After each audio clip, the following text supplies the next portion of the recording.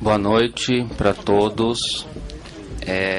Bom, eu sou Pedro Alexandre Sanches, sou jornalista, vou mediar um debate entre esse cara, Paulo Henrique Amorim, e esse cara, Luiz Nassif, que não chegou ainda, porque tá parado no trânsito. Eu também estava até alguns segundos atrás, aí todos os motoristas ao redor xingando o Haddad, dizendo que a culpa é dele, a cidade toda parada, o centro da cidade todo parado. Não sei de quem é a culpa, mas peço desculpa para vocês pelo meu próprio atraso e sei que o do Nassif é pela mesma razão que a minha. E aí a gente vai começar já com o Paulo Henrique. O Nassif não está aqui, mas está bem perto. Acho que está na Avenida São Luís, segundo a Bia falou. E, bom, é o seguinte, esse aqui é o segundo debate do ciclo Ideias Online, Informação, Arte e Cultura Digital, que tem patrocínio do Ministério da Cultura pela Lei Rouanet e é uma realização do Centro Cultural Banco do Brasil. O tema que a gente vai tratar hoje é jornalismo digital e nós estamos com nada menos, nada mais do que os dois jornalistas que são os responsáveis pelo primeiro momento dessa travessia dos meios que a gente conhecia até então. Pois é. E, então acho que eles têm muito a falar. Eu vou passar já a palavra para o Paulo Henrique e pedindo...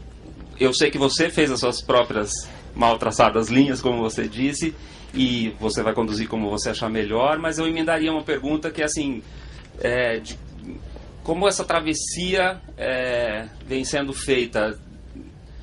que você contasse um pouco, resumisse um pouco a tua trajetória dentro do que a gente pode chamar de jornalismo digital. Embora você trabalhe também na TV, você esteja presente em dois meios. Bom, contigo. Bom, muito obrigado, boa noite. Aproveitando então essa sugestão do Pedro, farei aqui um breve resumo da minha longa trajetória. Eu resolvi entrar para a internet com o objetivo de dominar uma tecnologia que fosse útil ao meu trabalho central. Eu sempre me considero nada mais do que um jornalista e nada mais do que um repórter. Um repórter cuja função social é obter informações e transmiti-las, para que numa sociedade democrática aquele que recebe a informação possa julgar e tomar decisões a partir de informações que sejam objetivas, precisas e até quando possível, até como possível, imparciais. Eu sempre tive uma obsessão, uma preocupação, que foi a de dominar a tecnologia mais recente, mais nova, para que eu não ficasse profissionalmente obsoleto. Eu nunca quis ser um jornalista de imprensa escrita, de televisão ou de internet. Eu quero ser um jornalista. E acho que eu preciso dominar esses meios todos, e todos os que vierem pela frente, para que eu possa desempenhar a minha função. Eu não quero não quero me sentir impedido de ser repórter porque não domino a tecnologia disponível. E então eu fui fazer a internet assim, eu me tornei, de certa forma, pioneiro nesse meio, porque eu estava naquela altura trabalhando na TV Cultura aqui de São Paulo, tinha um programa chamado Conversa Fiada, um programa de jornalismo econômico que eu próprio produzia. E eu procurei espontaneamente o ZAS. Que ano é esse? Isso é 1999. Finalzinho do século passado. Eu procurei espontaneamente o ZAS, que era um provedor que tinha sede em Porto Alegre, e de um grupo de jovens muito empreendedores e bem apetrechados tecnicamente, e a partir daí nós começamos a trabalhar juntos. Depois o ZAS foi comprado pelo grupo RBS lá de Porto Alegre, depois o Terra comprou a RBS e eu cheguei até a trabalhar no Terra, mas por um pouco período e depois fui embora. Depois eu fui contratado pelo UOL, fiz lá o UOL News, que era uma tentativa de fazer jornalismo de televisão na internet, retumbantemente fracassada, e acabou sendo um jornalismo de análise, digamos, instantânea na internet. Aconteciam os fatos e nós tínhamos uma pequena equipe que procurava especialistas que pudessem, com a minha intermediação, com a minha entrevista, interpretar aqueles fatos. E assim foi que até que eu fui para o IG, saí do IG de uma forma um pouco violenta, atabalhoada, me mandaram embora de uma hora para outra, e aí eu resolvi ser independente e me pendurar num provedor de minha própria responsabilidade, ou pelo menos em que eu não estivesse dependendo de nenhum grande grupo empresarial ou de mídia. E com a ajuda da minha editora e diretora executiva, a Georgia Pinheiro, eu consegui montar um portal Conversa Fiada, que hoje está pendurado num provedor que tem sede em Orlando, na Flórida, e fiz isso de propósito porque, enquanto estive aqui, eu fui vítima de vários ataques de hackers e saí do ar em momentos difíceis. Então, lá fora, na Flórida, aparentemente tem sido mais seguro porque nunca mais me tiraram do ar. Você é um exilado morando no Brasil. Mais ou menos, mais ou menos. Bom, o que eu me preparei aqui para expor como base da nossa discussão, e evidentemente o mais importante será o que nós viermos a conversar na parte de perguntas e respostas, com a ajuda do Nassif. E é o seguinte: em primeiro lugar, eu gostaria de situar alguns números, algumas informações centrais, e gostaria de me referir especialmente ao recente número da Carta Capital, numa reportagem do André Barrocal, que mostra que a TV aberta no Brasil, ela detém 65% do total da publicidade brasileira. Isso em 2012 foi o equivalente a 20 bilhões de reais. Da televisão aberta, da publicidade na TV aberta brasileira, a Rede Globo detém 80%. Ou seja, a TV Globo tem 80% de 65% de toda a televisão, de toda a publicidade no país. Se você levar em consideração que a Globo tem também jornal, tem revista, tem rádio e tem portal na internet, você verá que a participação da Globo, na verdade, é muito maior do que a participação dela de 80% sobre 65%. De 2000 a 2012, o governo federal gastou 12 bilhões de reais em publicidade na televisão, e a Globo ficou com 50% dessa verba. De 2003 a 2012, os gastos do governo federal em TV aberta caíram de 61% para 43%. A audiência da Globo caiu de 56% em 2004 para 42% em 2013. Mas como a percentagem da TV aberta cresceu em relação à percentagem da publicidade no rádio, no jornal e na revista, só não cresceu mais do que a percentagem dedicada, ainda ínfima, à internet. Como a percentagem da TV aberta cresceu, a Globo passou a receber mais dinheiro público, embora a audiência dela tenha caído, embora o governo federal tenha botado menos dinheiro em televisão.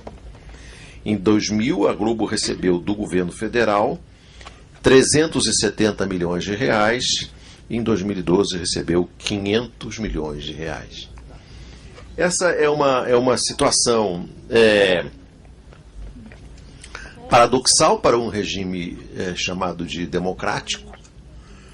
Nós sabemos que na própria imprensa digital, recentemente o blog Cafezinho, no Rio de Janeiro, do Miguel do Rosário, revelou que a Globo deve aproximadamente 1,2 bilhão de reais à Receita Federal em impostos não pagos. Apesar disso, a Globo continua a receber recursos do governo federal e o ministro da Fazenda, Guido Mantega, não responde a uma interpelação do senador Roberto Requião, do PMDB do Paraná, que perguntou se a Globo vai pagar o que deve à Receita Federal. E o ministro da Fazenda, que é responsável pela Receita Federal, não deu informações ao senador Requião até agora. Temos diante de nós agora, no Congresso Nacional, uma discussão muito importante sobre o Marco Civil da Internet. O Marco Civil da Internet tem como relator um deputado do PT do Rio, o Molon, que tenta preservar a duras penas um critério muito importante, que é o critério de neutralidade da rede. Ou seja, os proprietários dos dutos por onde passam as informações na rede não podem cobrar de maneira diferente em função de volume ou de volume de dados que passam ou de volume de gastos. Isso é um pré-requisito fundamental para haver democracia na rede, para não haver discriminação por dinheiro. E é bom lembrar que quando houve a reforma da lei de comunicação, da lei da telefonia nos Estados Unidos... Chegou quem faltava sem querer interromper. Chegou o Nassif. Quando houve a nova lei de telefonia, de comunicação, no governo Bill Clinton, foi estabelecido o critério da neutralidade da rede, o que foi rapidamente varrido quando chegou ao poder o presidente George W. Bush. Portanto, nos Estados Unidos não há neutralidade de rede. Aqui no Brasil é possível que não haja também, se prevalecer a posição de uma parte significativa da Câmara dos Deputados, parte essa liderada pelo grande estadista Eduardo Cunha, que não sei se sabem, é um dos líderes políticos de que os brasileiros devem se orgulhar, porque ele ilustra, por exemplo, a representação do Rio de Janeiro. Outro aspecto que eu gostaria de observar é que recentemente a Fundação Perseu Abramo fez uma pesquisa extensa e profunda sobre o que as pessoas pensavam a respeito da lei de médios, uma lei de médios e da televisão no Brasil. E as constatações são desanimadoras. A grande maioria não sabe, por exemplo, que televisão no Brasil é uma concessão pública. A TV aberta no Brasil é uma concessão. É uma concessão de um bem público, o espectro eletromagnético. E é uma concessão, tão concessão, quanto a loja que explora o cafezinho aqui no prédio do Centro Cultural Banco do Brasil. É uma concessão, né? O Brasil pode ir lá e pedir de volta aquela lojinha que está lá. A concessão da televisão é um pouquinho mais complexo do que a loja de cafezinho aqui, mas o princípio é basicamente o mesmo. Os brasileiros não sabem que a TV é uma concessão e pensam provavelmente que a TV Globo é da família do Roberto Marinho. A família Roberto Marinho, ela tem o direito de explorar um bem público, que é aquele espectro, aquele pedaço do espectro que está lá. A Perseu Abramo descobriu também que o público brasileiro gosta muito de televisão, porque televisão oferece entretenimento e não tem muita simpatia pela ideia de que possa haver uma legislação que venha a restringir de qualquer forma a televisão no Brasil. Outra constatação importante que devemos levar em consideração na análise sobre a imprensa digital é o fato de que no Brasil há um baixíssimo consumo de internet. Apesar dos números sempre entusiasmados e eufóricos com que a gente recebe a penetração do computador dos lares e a penetração da internet dos lares, e, sobretudo, a penetração da internet entre jovens, o consumo de internet no Brasil, vis-à-vis o resto do mundo, ainda é um consumo bastante restrito.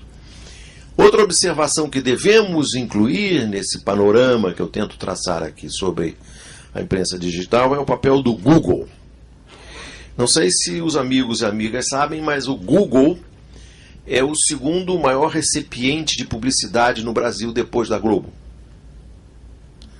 Não é a Rede Record, não é o Silvio Santos, não é a RBS, é o Google, que recebe mais anúncios do que a Record e do que o SBT. E talvez não se saiba também que o Google é hoje uma das maiores agências de publicidade do Brasil. E cada vez mais o Google fecha o cerco e restringe a utilização do Google como mídia e como instrumento de divulgação e de comercialização de anúncios àqueles que estão registrados e certificados pelo Google para trabalhar. Nós estamos vivendo um fenômeno na publicidade brasileira que é espantoso, que é a penetração maciça do Google num ambiente fechado e certificado. A outra questão que devemos levar em consideração também é que o Google, na minha opinião, é a maior ameaça que sofre hoje a TV aberta brasileira, que sofre a Rede Globo de televisão. E eu costumo dizer no meu site que o Google vai googlar a Globo. E, no entanto, a Globo tem dois baluartes, dois sustentáculos que ainda lhe permitem sobreviver de uma forma cada vez menos confortável, mas que são sustentáculos importantes. O primeiro é o chamado BV, a bonificação por volume, em que a Globo paga adiantadamente as agências de publicidade, segundo aquilo que as agências vão programar na Globo ao longo do ano. É mais ou menos como os clubes de futebol no Brasileirão, que recebem antes e, portanto, ficam na gaiola da Globo, presos à Globo, por aquilo que a Globo determinar. As agências de publicidade são obrigadas a cumprir aquilo que prometeram à Globo desde o início do ano e programar na Globo aquilo que foi pré-combinado. O outro instrumento do poder da Globo é a combinação do BV com o Ibope. O Ibope agora pode vir a sofrer uma concorrência de uma empresa alemã chamada GfK, que está sendo contratada pelas concorrentes da Globo. E, como se sabe, o Ibope é basicamente o resultado da ferição da audiência em cerca de 2.000 lares na Grande São Paulo. E é o que dá a medida da preferência do público brasileiro, que tem 200 milhões de habitantes, esse país continental, se mede com 2.000 lares na Grande São Paulo. Esse conjunto BV e Ibope é o que dá o poder que a Globo tem hoje. O BV acabou de sofrer uma derrota importante no julgamento do Mensalão do Supremo, porque foi considerado como um ato criminoso o fato de o Henrique Pizzolatto pagar BV às agências do Marcos Valério. E aquilo deveria ser da Avisanet e não do Banco do Brasil e não da agência do Marcos Valério. Acontece que isso é uma regra que só vale para o Pizzolatto e para o PT, porque o BV que a Globo paga ao banco, a quem anuncia, as agências que anunciam o Banco do Brasil na Globo, ou as agências que anunciam Caixa Econômica na Globo, esse BV aparentemente é legal. Quando é para sustentar os helicópteros e os aviões dos filhos do Roberto Marinho, o BV é legal. Se é do PSDB, segundo a decisão do Supremo Tribunal Federal. O BV corre um risco de algum maluco entrar na justiça para questioná-lo, mas é possível que ainda por algum tempo ele perdure. Hoje, e essas são informações de que eu disponho como um profissional da televisão, hoje o que garante a rentabilidade da Rede Globo é, sobretudo, o monopólio que ela tem sobre os eventos esportivos. Não sei se vocês sabem, mas o Brasil é o país do mundo que mais gosta de Fórmula 1. Nem na Alemanha se gosta tanto de Fórmula 1 quanto aqui. Nem na Itália se gosta tanto de Fórmula 1 como aqui. E o fabuloso é que há 10 anos o Brasil não tem um corredor de Fórmula 1 que preste. O que tinha aí foi demitido, arrumaram lá uma escuderia para ele. E ele ontem aqui em São Paulo chegou em 7º lugar. É o grande herói nacional, chega em 7º lugar. No entanto, esse esporte é um esporte popularíssimo, importantíssimo, que faz parte da nossa cultura, assim como o futebol. Não tem carro, não temos carro também, né? Nem piloto, nem carro. Mas temos a Globo que nos ilustra a cada domingo. Sobre o jornalismo digital, eu acredito que ele será ainda durante muito tempo, e será evidentemente liderado pelo jornalismo digital dos grandes grupos empresariais de jornalismo que eu chamo no meu blog de PIG, o Partido da Imprensa Golpista, que é composto de Globo, Folha, Estadão e Veja. Como se sabe, o Estadão e a Veja estão à venda, não tem quem compre, mas estão à venda, e a Folha se encaminha para lá a passos acelerados. A Folha agora, como vocês viram, fez uma opção editorial que é ir para a direita da Ku Klux Klan, na esperança de herdar a xepa que vai sobrar do Estadão, aqueles restos de feira do Estadão. A Folha pretende incorporar ao seu patrimônio, deslocando-se vigorosamente para a extrema-direita do espectro político brasileiro. Ainda assim, esses grupos permanecerão, é claro, por muito tempo como predominantes na mídia digital brasileira. Não há no Brasil nada parecido, nem de longe, com a transição que está sendo feita com muito bom gosto e com muita qualidade pelo New York Times, que é, na minha opinião, o jornal que lidera essa passagem da imprensa escrita para a imprensa na internet, seguido também, na minha opinião, pelo Guardian de Londres, que hoje não existe mais como a imprensa escrita, que foi todo para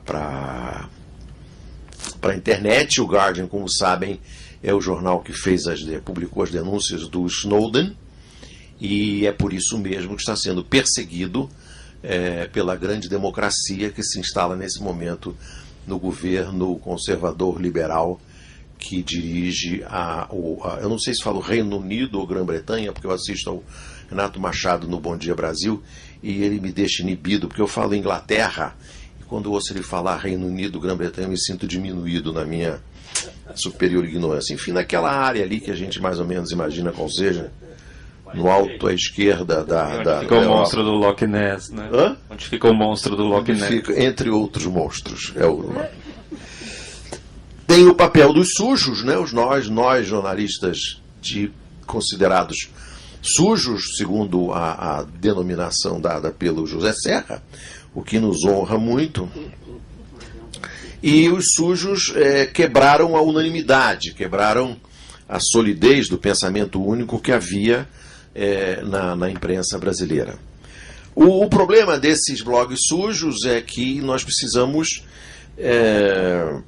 encontrar a nossa viabilidade comercial, precisamos encontrar os mecanismos de sobreviver financeiramente, porque informação é caro. Informação exige gente qualificada, tempo de pesquisa, e não basta você dar opinião, você tem que ter informação, você tem que ter substância. Opinião, como se sabe, é dispensável. Informação é que é indispensável. E nós precisamos fazer essa transição da opinião para o fato, né, da opinião para a informação dura, e com isso garantir a nossa sobrevivência, inclusive comercial. A nossa questão é quem paga essa conta. Hoje eu não sei, Nassif pode dar um testemunho dele, mas o Conversa Fiada paga as contas com muita dificuldade, tentando fazer com que ele seja autossuficiente, e muitas vezes somos obrigados a subsidiá-lo com receitas que nós obtemos no mensalão que eu, por exemplo, tenho na TV Record, que é o que me sustenta. E qual é o nosso futuro? Bom, essa resposta quem vai dar é o Nassif, eu não tenho cabedais para dar essa resposta, mas eu acho que temos um futuro radioso, brilhante e cheio de pontos de interrogação. Nós não sabemos equacionar ainda esse problema da viabilidade comercial, como nós vamos investir na qualidade dos nossos produtos jornalísticos com a receita publicitária que está hoje disponível no mercado, ou com as fontes de renda que existem hoje no mercado, seja através de assinatura, seja através de contribuição do leitor, seja lá o que for. Temos que estudar isso, temos que encontrar esses mecanismos e ver até se o próprio mercado, se a própria tecnologia que vem a aparecer por aí nos ajuda a decifrar esse conjunto de enigmas que está diante de nós. Agora, nada disso nos desanima e continuamos a lutar como a Armata Branca Leone, sem o brilho e o talento do Mário Monicelli. Muito obrigado. Eu vou só, antes de passar a palavra para o Nassif, te fazer uma breve pergunta. Todos esses dados que você trouxe sobre a Globo configuram que ela é o quê? Uma estatal, uma paraestatal, uma terceira coisa? O que seria ela do jeito que ela funciona hoje? Essa é uma boa pergunta. Em alguns casos, em algumas circunstâncias, você poderia chamá-la de paraestatal. Hoje, por exemplo, eu publiquei uma notícia do blog do Daniel Castro, do blog Notícias da TV, em que ele mostra uma notícia razoavelmente assustadora. É que a Lei Rouanet subsidia a produção de produções da Globo, com as quais a Globo não gasta um tostão. Esses filmes são um retumbante fracasso de bilheteria, que a Globo reedita e transforma em minisséries, sobre as quais ela vende comerciais. Ganha por 5 vezes em cima da mesma coisa. É um fenômeno interessantíssimo, né? Se fosse feito pelo delúbio, estava preso, né? Bom, essa pergunta acho que vai ficar no ar, a gente pode continuar nela depois, né? E agora, Nassif, eu peço, assim como o Paulo Henrique, ele falou que lhe desse na telha, na veneta, mas eu tinha feito um direcionamento inicial que é de pedir que você fizesse um pequeno resumo da sua trajetória no jornalismo digital, desde lá, no seu caso, do Dinheiro Vivo, hoje chama GGN, como foi isso?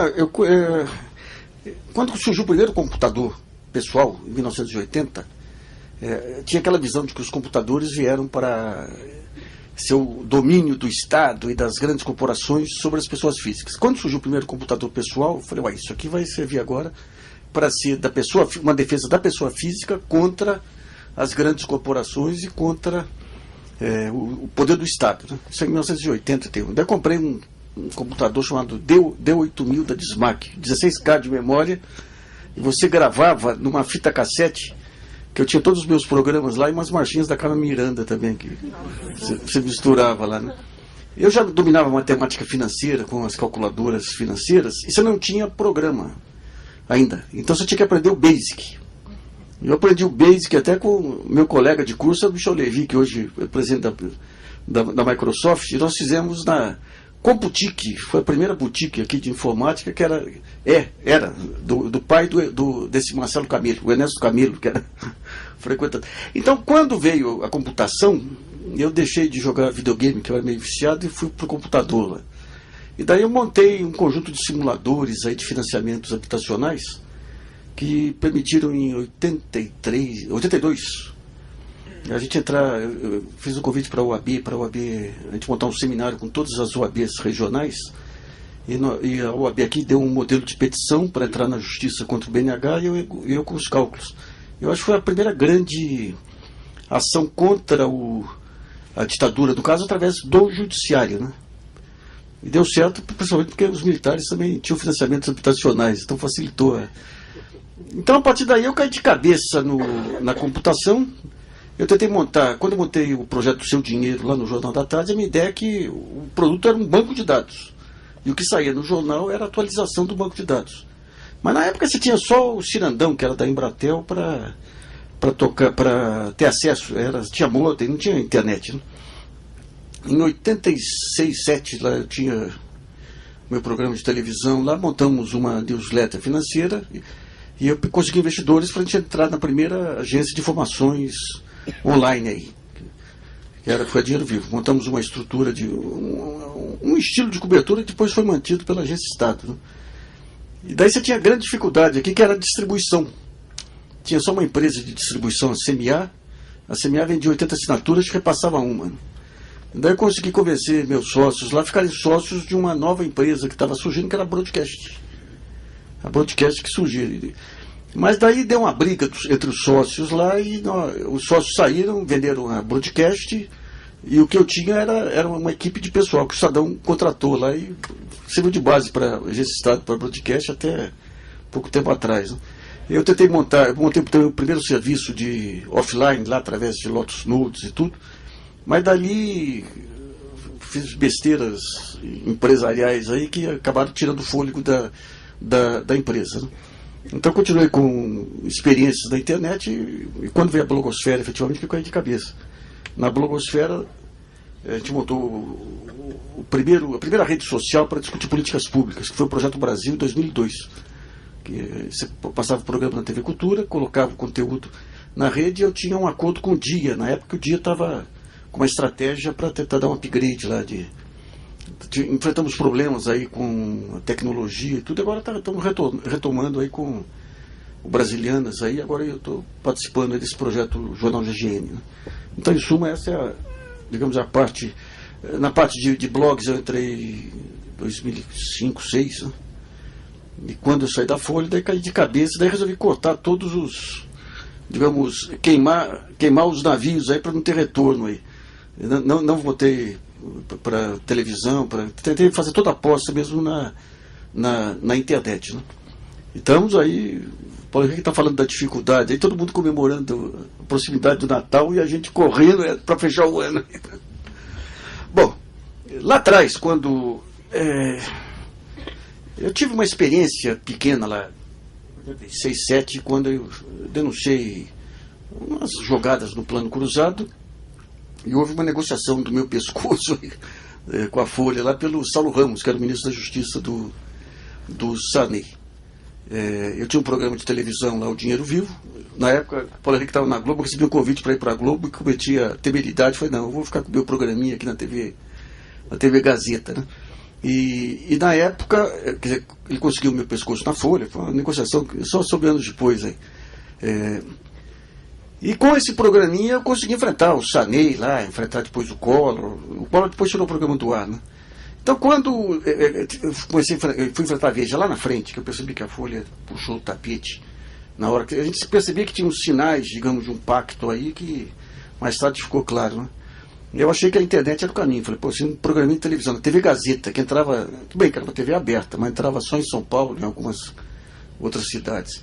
E agora eu tenho uma ferramenta, um blog na internet que entra em qualquer computador, desde que você consiga se fazer mais conhecido na internet. Então daí eu resolvi cair de cabeça nesse modelo. E para mim estava claro, desde o início, essa revolução que hoje já é uma revolução concreta. Né? Eu vou fazer um pequeno histórico aí do mercado de opinião, só para a gente tentar entender politicamente o que está acontecendo aí com essa mudança, essa revolução que ela é muito mais ampla do que uma revolução de mídia, né? Uma revolução política já teve algumas tentativas lá atrás, quando surgiu o rádio e televisão, mas sem paralelo. Se a gente for pensar política bem esquematicamente, bem simplesmente aí, você tem lá os três poderes, você tem lá a maneira como um controla o outro, você tem os partidos políticos, você tem as eleições, isso aí, digamos, é a parte institucional. E depois, em cima disso, você tem a articulação daquelas forças que influenciam os poderes. Então você tem as forças econômicas, que se manifestam através de financiamento de candidatos, financiamento de partidos. Né?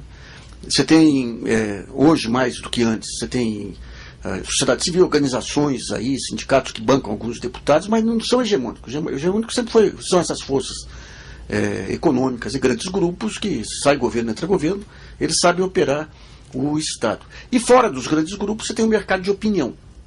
A gente entende a opinião pública como um mercado. É um mercado. Você tem produto, você tem disputa. O produto do jornalismo é a informação, é a opinião.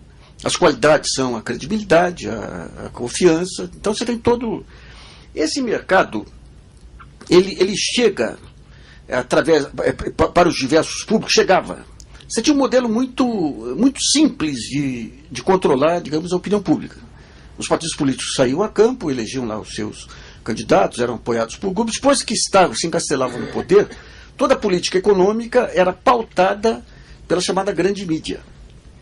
E aí é importante a gente ver um pouquinho as classificações de jornais que tem em países civilizados. Você tem a imprensa de opinião, que é aquela que interfere, que fiscaliza o governo federal e discute as grandes políticas nacionais. Você tem o jornalismo regional, você tem o tabloide, que é aquele que joga só da parte sensacionalista, e tem, digamos, alguns jornais mais segmentados aí. Mas essa divisão entre o jornalismo de opinião e o tabloide, ela é seguida à risca em outros países, né? Então o jornalismo de opinião ele tem que ser sóbrio, ele tem que trabalhar o conceito de relevância. Então ele tem que pegar o tema que é relevante, não é? Ele foge da espetacularização, tem que ser agradável, mas não pode, foge da escandalização. Ele parte da tapioca também?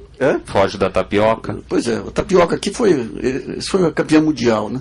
Então, digamos, esse modelo foi atropelado aqui completamente pelos jornais a partir dos anos 90, e com a campanha do impeachment.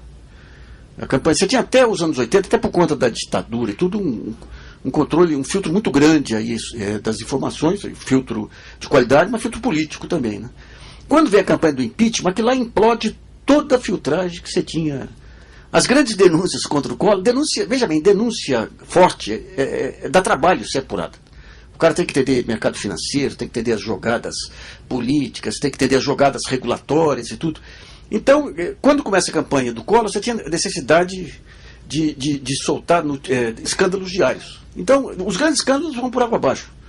Eu saí do governo Collor com 4 processos de denúncias que eu fiz, de coisas pesadas aí na Telesp, esquemas Pedro Paulo Leone, tudo aí, que os jornais não entravam, se fala, estavam cúmplices. No comecinho podia ser, mas depois dá trabalho.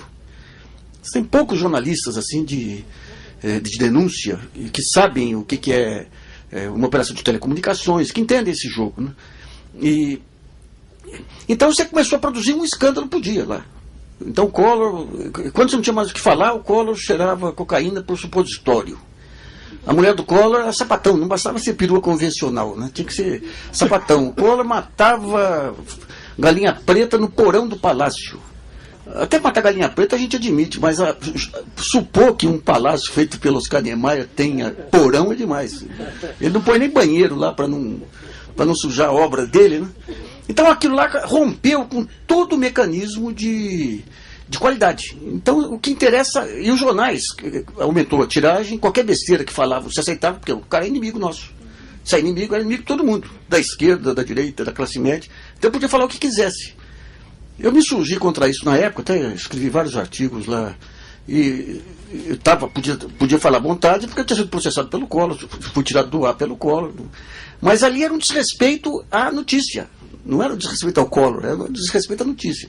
Mas aquilo marcou, digamos, a imprensa esse período todo, né? Então esse mercado de opinião, ele pega os públicos de forma variada. Como que era o modelo antes?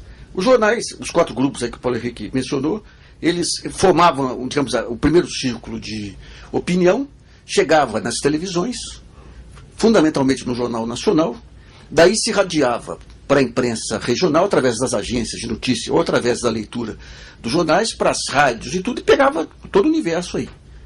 Pegava todo o universo. Então, digamos, era um modelo que funcionava, e digamos, e os jornais, o modo de produção dos jornais, o que era?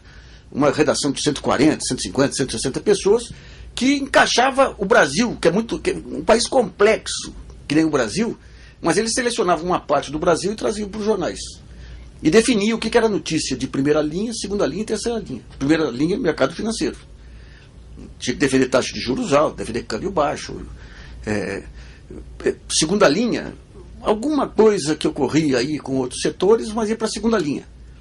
O pessoal criou esse movimento do sem mídia. A sem mídia não era só o MST. O agronegócio é sem mídia, a indústria é sem mídia, porque se concentrou tudo no mercado financeiro nesse período. Né? E com isso você condicionou toda a política econômica. Toda a política econômica foi condicionada nesse modelo. Então você tinha lá os jornais e a influência dos jornais se dava onde? Se dava como? Se dava sobre a opinião pública em geral, nesses temas econômicos. Na questão do denuncismo, uma influência muito grande no Poder Judiciário, que é o mais conservador de todos, né? Então ganhou um poder de pautar o Poder Judiciário fantástico, né? Você pode ter um livro aí com 10 quilos de acusações contra o Serra, não vira uma representação.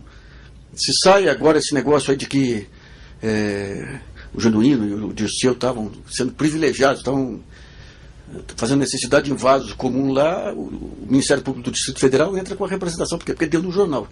Então, em cima desse poder, a imprensa ela passa a exercitar esse poder ao longo dos anos 90 de diversas formas, inclusive contra o Fernando Henrique. A partir do câmbio. Veio o câmbio, quebra todo mundo lá, tentaram derrubar o Fernando Henrique para voltar aos temas, aos tempos de poder do Collor. Quando vem o mensalão, você tem um outro jogo aí que eu vou contar daqui a pouquinho, para a gente voltar ao mercado de opinião aqui. O mercado de opinião, à medida que você tem a catalisação é um crime de direito econômico. Você pega esses jornais que falam muito, trouxeram de volta o fantasma do comunismo, 2 velhinhos morrendo lá em Cuba, eles falam, os velhinhos vão cubanizar o Brasil, na Venezuela. Quando você pega a literatura política econômica norte-americana, você tem 2 modelos que são muito similares, mas muito similares. É o modelo soviético de centralização e o modelo de cartel que surge com o desenvolvimento do capitalismo americano. A base é a mesma. Você mata qualquer criatividade, você impõe um poder, você tem uma influência sobre o Estado, que você impõe um poder de julgo monumental. E a história norte-americana do século mostra nessa área de comunicação, diversas revoluções tecnológicas que aparecem, que são dizimadas pelo cartel que se forma. Então não tem nada mais parecido com a centralização soviética do que a centralização, a cartelização no setor econômico. O cartel ele mata o concorrente, usa recursos ilegais, influencia o poder público. Então é muito similar, né? Aqui no nosso caso, se você for pegar a história das comunicações aí, e como que nós chegamos a esse modelo de concessão pública, a gente vai lá atrás quando vem o telégrafo. Surge o telégrafo. Quando surge o telégrafo, o dono lá da primeira rede de telégrafo que surgiu falou, aqui nós podemos pegar a informação. E cria a agência de notícias. Então, você tinha os jornais todos pulverizados, a agência de notícias começa a uniformizar o conhecimento e a ideologia. Então você cria os primeiros cartéis em cima de agências de notícias, ainda no tempo do telégrafo sem fio. Daí surge a telefonia. Quando surge a telefonia, você rompe com esse modelo. Então você tem diversos locais dos Estados Unidos lá, empresas municipais de telefonia, era uma tecnologia rústica, mas que permite digamos, a exploração da voz e da comunicação de comunidades. Então você tinha, às vezes, transmissão de programas por telefone. Toda uma comunidade rural lá, tal hora vai ter uma transmissão, todo mundo ia lá. Então você rompe o isolamento de vozes individuais aí. Daí vem o governo e fala, não, tem que ser para garantir a qualidade, para garantir, inclusive, que haja o atendimento e a universalização, tem que ter uma grande empresa. E dá um monopólio para a T&T, que foi o monopólio mais duradouro que teve na história americana. E esse modelo acaba vindo por aqui. O Brasil, você tinha até um tempo atrás telefonias municipais que, com a Telebrás, entra dentro desse modelo. Tem que ser uma grande empresa para poder ter mais condição de pesquisa, mais condição de qualidade. E a T&T ela foi muito interessante porque ela realmente dava uma contrapartida social, porque toda concessão, aí que entra esse absurdo que nós temos aqui nas concessões de rádio e televisão, o preço da concessão é a contrapartida social. Então eu te dou a concessão, você tem que devolver o quê? Qualidade, universalização. E a T&T fez esse trabalho. Mas matou toda a competição e matou toda a inovação que surgia lá. Ela matava em nome desse ideal maior de que o serviço público tem que ser monopolizado para poder ter recursos, para poder bancar para todo mundo. Daí surgem os primeiros rádios lá atrás. Quando surgem os primeiros rádios, você tem aquela explosão que nem você tem na internet hoje, né? Você tinha rádio para todo lado lá. Você tinha rádios. Então a rádio comunitária era a base. A base era a rádio comunitária, que hoje é visto como lado bandido, aí, inacreditável.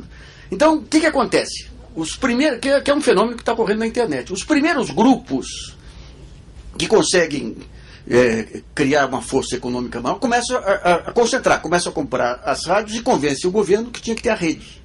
Porque a rede seria a única maneira de rentabilizar. Porque você tem ganho de escala, né? Você tem uma mesma produção, você soltava em rede com a publicidade e teria condições de apresentar programas melhores e impedir aquele caos que você tinha de cada qual com a sua opinião. Você uniformizava ideologicamente, digamos, o público. Isso aí começa a ser rompido com a televisão. Surge a tecnologia de televisão, mesma coisa, televisões montadas assim, todo mundo montava sua emissorinha de televisão lá de um modo simples e tudo, daí não, tem que ter a concentração e criar a grande rede nacional de televisão, porque eles vão dar o retorno. Eles vão ter recurso financeiro para fazer as grandes produções, fazer uma parte educativa. Esse era o modelo inicial. Eles vão se financiar no mercado, então não vão depender do governo, não vão depender só de publicidade. Então a legitimação da rede, o que era? Dar um retorno social. Daí as redes começam a trabalhar e daí, para ter retorno comercial, tem que ter audiência. Daí começa a atropelar.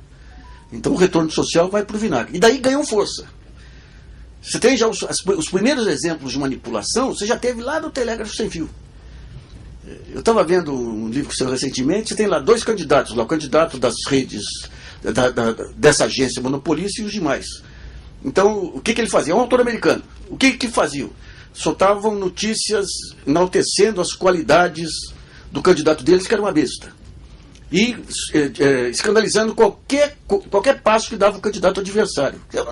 Digamos, é um modelo de manipulação que é histórico, já vem lá de trás. Né? Com a televisão, a mesma coisa. Quando você permite a rede, na economia mais aberta dos Estados Unidos, você cria um monopólio virtual. E esse monopólio, o que acontece com todos os monopólios? Você ganha uma expressão política, você passa a influenciar o judiciário e passa a influenciar o executivo. Quando começam a surgir outras tecnologias, você vai em cima, usa o seu poder político para matar esses novos grupos que estão surgindo. Às vezes consegue, às vezes não consegue. Nós temos um caso, esse caso exemplar, para entender o que ocorreu no Brasil aí nos últimos anos, que foi a eleição do Obama. Quer dizer, lá atrás, quando o Franklin fala que está desatualizado o marco dele, foi porque lá atrás, todo mundo pensava, a gente pensava, que o grande adversário seriam as empresas de telefonia. Então as empresas vêm, você vê, quando entra a internet, você quebra todas as barreiras de entrada que você tinha para a mídia. Antes, se você quisesse montar um jornal, você tinha que ter uma grana para ter máquinas, capital de giro, uma baita equipe para fazer jornalismo, e você tinha que combater hábitos de leituras estratificados. Quando veio a internet, você não tinha nada disso. E as empresas de telefonia, numa escala muito maior, ameaçavam os grupos de mídia. Ali você percebia que o jogo ia virar. Daí você tem um modelo de atuação dos grupos de mídia para vários países que é dado pelo Murdoch, o australiano que vai lá para os Estados Unidos, compra o Wall Street Journal, compra os tabloides ingleses, tudo. Ele dá um modelo que é seguido pelo Brasil depois. E o modelo dele qual foi? Primeiro ele tenta entrar nesse jogo, criando a sua rede social, que não dá certo também, se capitaliza no mercado para comprar, tentar montar uma rede global aí de publicações, mas percebe que não tinha jeito, que as teles eram muito maiores, que ele ia perder para as teles. Então ele fala, vamos levar a nossa disputa para o campo político. Então nós não somos mais os caras que apoiam o candidato, nós somos um verdadeiro partido político. E a campanha do Obama, eu tenho a impressão que só foi superada em baixaria pela do Serra algum tempo depois, né? Porque para competir com o Serra em baixaria, nem o Partido Republicano, o Tea Party lá. A única coisa que cobriu o Tea Party aqui com nós é que o Tea Party era composto só de ex-trotskistas, igualzinho aqui. Então eles fazem uma campanha utilizando todo o repertório de manipulação de informação. Como que é esse repertório? Você confunde informação com entretenimento, você passa a roteirizar as informações, e a partir de um certo momento você começa a usar recursos da dramaturgia na informação. O que era roteirizar a informação? Nós passamos pela Veja nos anos 70, você tinha o modelo Time, o que era? Na segunda-feira tinha uma reunião de pauta, tem tais temas. Você vê, hoje o ritmo é diário, lá era semanal. Então, qual que é o melhor enfoque para essa notícia ficar relevante? É tal enfoque. Então você fazia o roteiro antes. E o repórter saía para pegar as frases que cumpriam o roteiro. Que o máximo disso aí foi aquele caso lá do boi mate lá, que foi um caso clássico aí das escolas de jornalismo, né? Aquela história que a Universidade de Hamburgo tinha feito uma pesquisa, aí juntou boi com tomate e deu um boi aí. O Dr. McDonald's, que era o sujeito que fez isso, um boi que já vinha com molho de tomate. Né? E a Veja acabou. E como que era a dramaturgia aí? Vamos pegar uma declaração de um brasileiro aí para convalidar. O repórter chega lá num especialista da USP. Olha, o que você acha dessa experiência de boi com tomate? É impossível, isso não existe. Ué. Mas suponhamos que fosse possível. Seria a maior revolução da história da genética. Segundo o fulano de tal, é a maior revolução da história da genética. Então, digamos, esse modelo de dramaturgia, mas você tinha um ponto lá. Você manipulava muitas vezes o enfoque, mas os fatos, você se apegava aos fatos. Até com um nível de detalhe até que irritava. Sabe? Fulano de tal teve um almoço, o cara sorveu um vinho marca X lá, depois palitou o dente, todos aqueles detalhes irrelevantes, mas você punha o fato para mostrar que isso aqui não é espetáculo, isso aqui é o seu fato aqui. E depois você manipulava a interpretação. Com o tempo, você foi perdendo talento, você passou a manipular tudo, né? Então, quando vem o Murdoch lá, o que ele faz? O Obama era filho de terrorista, não era americano, era todo tipo de baixaria. A campanha do Obama, ele não deu uma entrevista para a rede de televisão e para jornais. E quando terminou a campanha, ele chamou na Casa Branca o presidente do Google, o presidente do Facebook e da Apple, e simbolicamente ele mostrou que era o começo de uma outra era. O que aconteceu lá, que foi muito interessante, porque também aconteceu aqui. Os jornais vinham às redes sociais e falam quem que é o grande perfil de rede social. É o jornal. O jornal é o maior perfil, mas é um perfil. Então você cria o boato aqui e usa a rede social para espalhar o boato. E o que aconteceu lá? Gerou, que nem aqui no Brasil, uma reação espontânea de anticorpos que passaram a combater toda aquela sorte de manipulação. Então, a campanha do Obama foi vencida nas redes sociais sem ter aquela articulação que o Tea Party já tinha feito, que o Murdoch já tinha feito, juntando rede social e mais os factóides que eles geravam aí na Fox News. Aqui no Brasil, o que acontece? Você tem os grupos aqui, eles se enfraquecem muito aí com a mudança de câmbio e entendem que vem um mundo novo pela frente, que eles não tinham a menor ideia como queriam se comportar nesse mundo, e tendo como grandes adversários futuros aí as empresas de telefonia. Então você tem um pacto que vem em 2005 repetindo ipsis literi o que ocorreu com o Obama lá. E provavelmente, isso aí, depois precisava alguém que participou das reuniões, provavelmente quem traz esse modelo era o Robert Tivita lá, que o Tivita ele sempre teve um cheiro muito bom lá para o que acontecia nos Estados Unidos e trazer para cá, como a revista Veja e outras aí. Então ele percebe aquele estilo profundamente agressivo. Ele traz, o primeiro que pratica esse estilo era o Tales. O Tales acabou falecendo aí um tempo depois. Foi diretor da Veja, depois foi diretor editorial, e tinha uma coluna lá, e aquele negócio escatológico, aquela agressividade já preparando esse campo. E eles resolvem fazer toda a aposta de levar para o campo político e pegar o prestígio e o espaço que ainda tinham de uma imprensa cartelizada e jogar tudo aproveitando o enfraquecimento do Lula com o mensalão. Então 2006 foi o primeiro ensaio disso, perderam em 2006, em 2010, daí vieram para o Serra em 2010, daí com todo aquele arsenal de... Eu não sei se em alguma parte do mundo teve uma baixaria igual, né, o que se saiu sobre Dilma, assassina, a ficha falsa, as 36 páginas, primeiras páginas da Folha, pegando o cara que tinha acabado de sair da cadeia lá e montando um factóide dizendo que o cara era um consultor consagrado aí, que tentou um financiamento do BNDES 7 bilhões para uma empresinha desse tamaninho lá em Campinas, e só não conseguiu porque ele não quis pagar uma propina de 5 milhões. O cara tinha acabado de sair da cadeia. Não quis pagar 5 bilhões para receber 5 ou 7 bilhões lá. Então, é coisa sem pé na cabeça, sem verossimilhança. Você tem o primeiro... Dramaturgia ruim, né? Dramaturgia ruim, né? Você tem o primeiro filtro que você traz, você vê uma matéria e fala, é verossímil ou não é?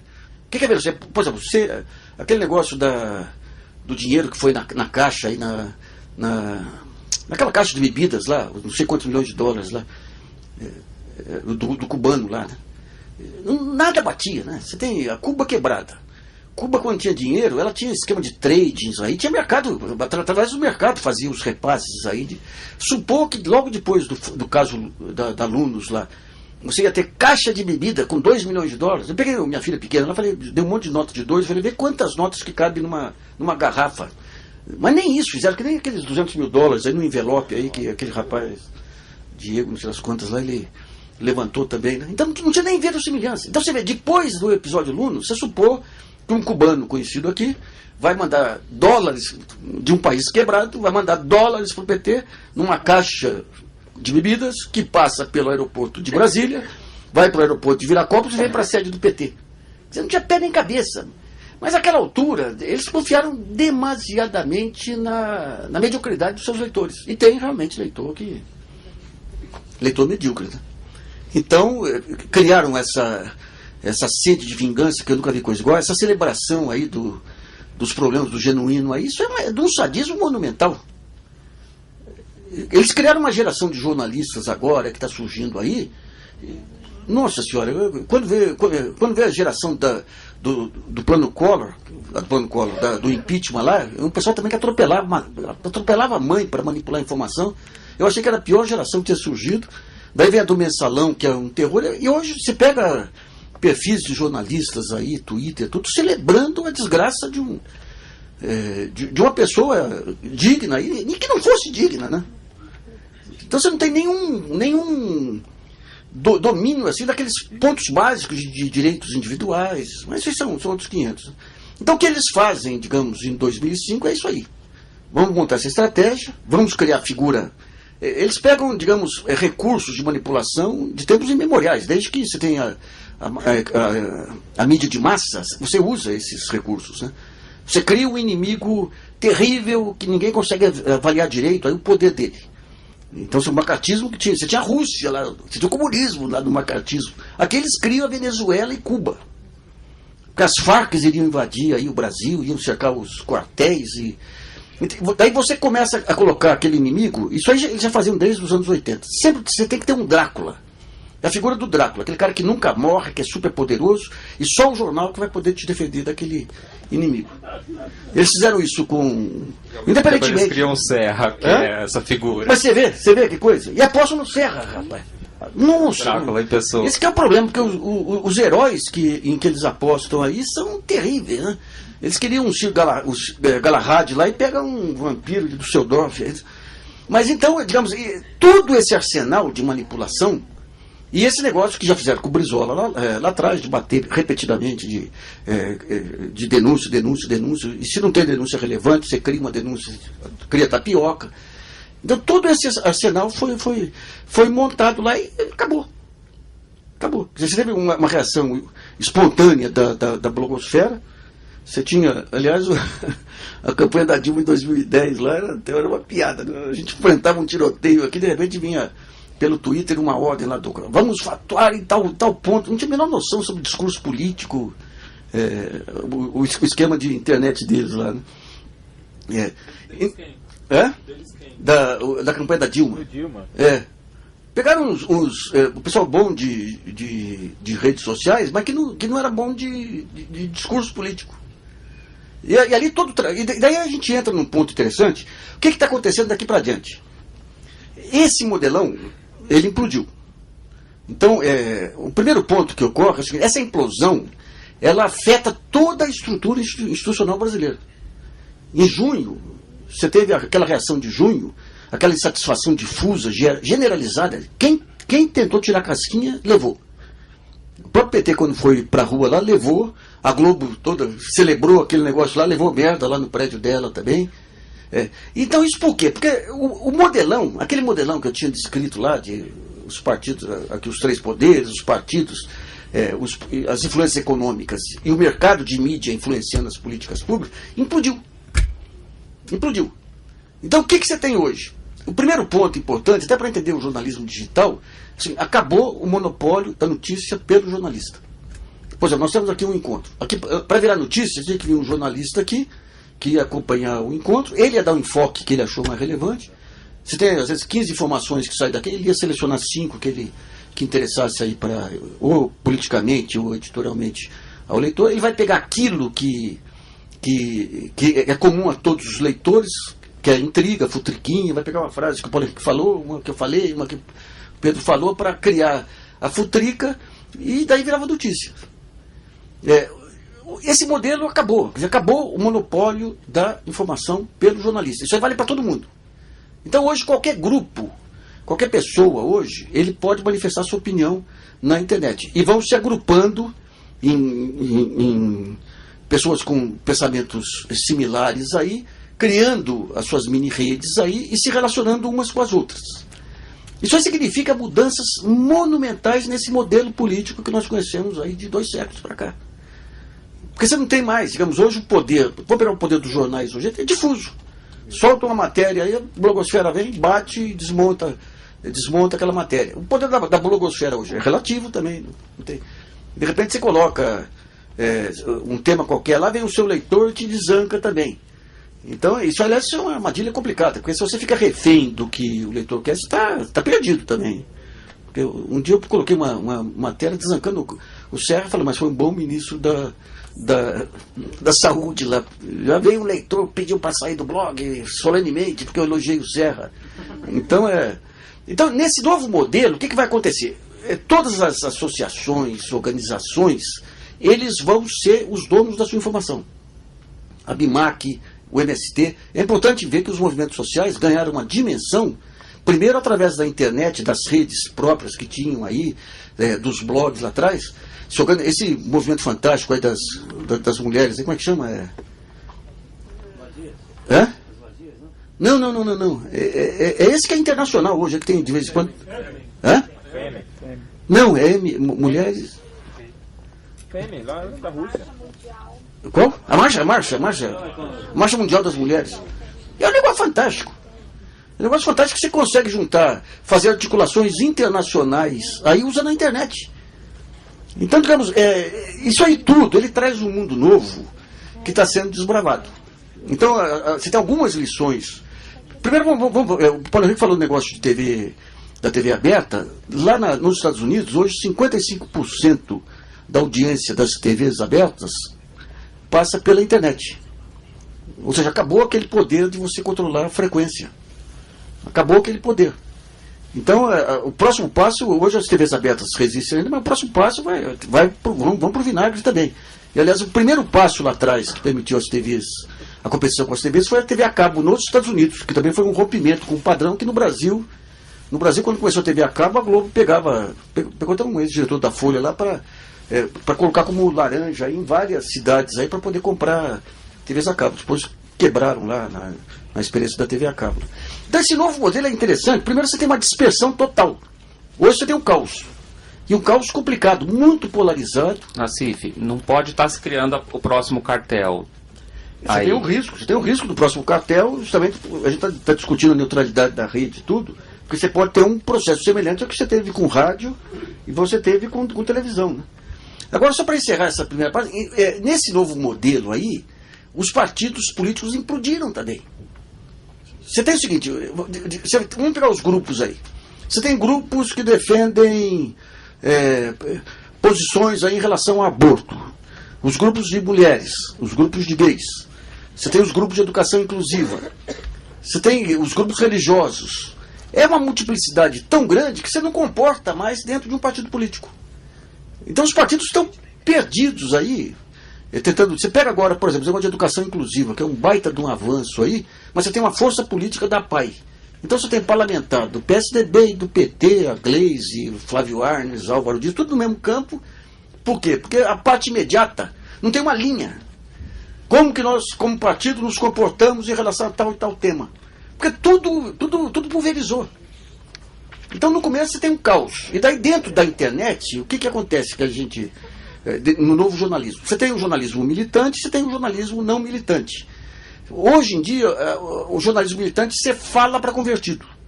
Então, quando você tem esses mapas aí que traçam de Twitter e tudo, aqui é o grupo da direita, aqui é o grupo da esquerda, que poucos se comunicam. Então você tem o grupinho daqui e outro grupinho dali. Então, digamos, isso aí tudo lá na frente, você vai ter, vão surgir novos personagens. Vão surgir, por exemplo, os campos de mediação. Eu tenho que ter um campo aqui que venha o cara do PT, o cara do PSDB, o cara que não tem partido, para discutir, para tentar chegar a consenso. Mas enquanto você não tem o consenso, você abre espaço para selvageria. O que nós estamos vendo hoje de Joaquim Barbosa, essa maluquice que ocorreu aí no Supremo, a celebração do linchamento aí por parte da mídia, tudo está dentro desse espírito que você implodiu totalmente aquelas formas de controle e você não tem a figura do estadista. E é nesses momentos que o estadista surge uniformizando o discurso, dando um rumo, definindo os espaços, né? Então a gente vai ter muita guerra pela frente ainda, mas você vai ter uma reorganização da informação em outras bases, né? Esse negócio da governança, por exemplo. Nós estamos fazendo um seminário quarta-feira em Brasília e sexta em São Paulo sobre a justiça e as novas mídias aí. Porque o Poder Judiciário só faz seminários com a velha mídia, né? E eles têm que entender esse novo campo que está surgindo. Então, de um lado, você tem, por exemplo, uma lei de transparência que permite você entrar cada vez mais em tudo quanto é banco de dados. Você pega o Poder Judiciário, vamos pegar o impacto do Poder Judiciário. O mensalão foi fantástico, foi um divisor de águas, porque o Poder Judiciário, as formas de influência, de interferência eram muito sutis. Eram muito sutis, tinha uma interpretação, aqui você falava qualquer coisa, olha, mas tem um absurdo aqui, porque qualquer que seja a teoria, você tem uma lógica humana que quem tem raciocínio olha e fala, não é possível que justifique isso. Mas daí vem o cara, faz 14 citações aí para justificar o injustificável, né? Com o mensalão, você trouxe de uma forma tão explícita essa manipulação que está criando anticorpo em todo o sistema judiciário. Porque eles falam, não, domínio do fato. Todo mundo fala do domínio do fato. Mas nós estamos na era da internet. E daí vem lá um aluno do professor alemão que desenvolveu a teoria do domínio do fato e fala, não é nada disso. O domínio do fato não é para agravar pena de ninguém. Isso é uma loucura. O domínio do fato, pelo contrário, é uma teoria para reduzir penas aí, passando aí. Tem as interpretações. Então você não é um especialista, você começa a ver aquelas sintonias e daí você começa a ver a manipulação do judiciário. Então o judiciário vai ter problemas terríveis. Porque por outro lado também você tem um conjunto de fatores que são de direitos individuais, que são sagrados, que a opinião pública não aceita, pô. Essa maluquice do mensalão, gente, se tem culpa, tanto faz o tamanho da pena, pô. E eles querem pena de morte, até se for o caso. Não sabem fazer a gradação, não sabem discutir o que é agravante, o que é atenuante. Então o Poder Judiciário, por si, ele já teria muita dificuldade de exercer a justiça. Agora, com o mensalão, escancarou uma submissão ao clamor das ruas, aí, que vai contra todo o princípio que você tem, que é a figura do juiz. Que você vê aquele que está na sua sala, ele e a sua consciência decidindo. De repente vem o mais alto tribunal do país e põe uma politização, uma partidarização maluca, né? Então você tem todos esses problemas que vão estar nesse outro campo aí, né? Você tem a questão do partidarismo, a questão das interpretações. O Supremo tem decisões fantásticas em defesa de minorias, avanços fantásticos ali. E daí, quando eu coloco no blog isso, o pessoal fala, como? Mas esse é o Supremo que fez essa manipulação. Então todo mundo, todos os atores, inclusive nós, blogueiros e tudo, a gente vai ter que ter uma maneira de atuar dentro desse ambiente que é totalmente aberto, que vai mudar hábitos para todo lado, né? E os jornalões, concordo com o Paulo, que eles vão manter ainda protagonismo durante algum tempo, mas o modelo deles melhorou. Não dá mais. Então você vê o seguinte, os jornalões fechados, donos da opinião, não pode abrir mão da informação, porque é o seu último ponto de poder, vão morrer abraçados a ela. Por outro lado, as redes sociais gerando uma informação caótica, mas muito rica, desorganizada e desestruturada, e você vai ter novos modelos que vão surgir, que vão ter que trabalhar com ferramentas de gestão do conhecimento, em cima daquelas massas de informação, para estruturar, cada qual em sua área, estruturar e colocar uma ordem na discussão. Até que muitas instituições tradicionais, elas vão servir de parâmetro. Eu quero saber a discussão sobre o PAC, pô. Não confio nos jornais porque manipulam para um lado, outros manipulam para o outro. Quem que é o mediador? Vai ser o Instituto de Engenharia. Eu tenho uma discussão sobre tal coisa. Quem pode ser mediador? A OAB. A OAB hoje, né? Não aquela daquele porcaria lá anterior lá. Então é todo um mundo novo aí que às vezes dá um arrepio, porque quando você não tem os parâmetros, a tendência à radicalização e a surgir um Hitler é muito grande, né? A vantagem do Brasil, você tinha aquela piada do brasileiro no inferno, né? Você tinha um inferno americano, alemão e brasileiro. Todo mundo queria ir para o brasileiro porque a fornalha não funcionava. Né? Aqui os nossos candidatos aqui também não funcionam, que é o Sérgio Joaquim Barbosa. Né? Então eu fico por aqui, tá? Bom, então, 2 aulas que nós tivemos aqui, agora é a vez de vocês conversar com os caras. Tem um microfone para... Ó, tá com ela lá, quem quiser. Levanta a mão, por favor. Está sendo transmitido e vai ficar depois também, não é? Vai ficar depois no site Ideias Online CCBB-SP, tá? Ideias Online CCBB-SP.com.br. A partir do dia 2 de dezembro a gente vai ter esse debate lá no site, tá?